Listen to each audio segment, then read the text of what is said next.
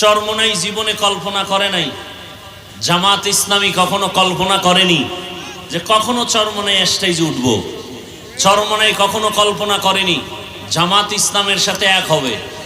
কিন্তু তারা কাছাকাছি চলে আসছে। যাদেরকে নিয়ে টেনশন ছিল না তাদের নিয়ে টেনশন। কথা ঠিক। একটা বিষয়ের জন্য যে আল্লাহ উলামায়ে কেরামকে এক বানায় দাও, বরং উলামায়ে কেরাম এক হতে না পারে সেজন্য কোটি কোটি টাকা ব্যয় করা হচ্ছে বিভিন্ন চক্রের মাধ্যমে। ওরা টাকা খাওয়াইয়া লোক লাগায় দিছে, দুই আলেমের মাঝখানে ফাটল ধরা। আলেম এক হলে আমগো নাস্তিকতার জাতা কলে আমরা মরে যাব।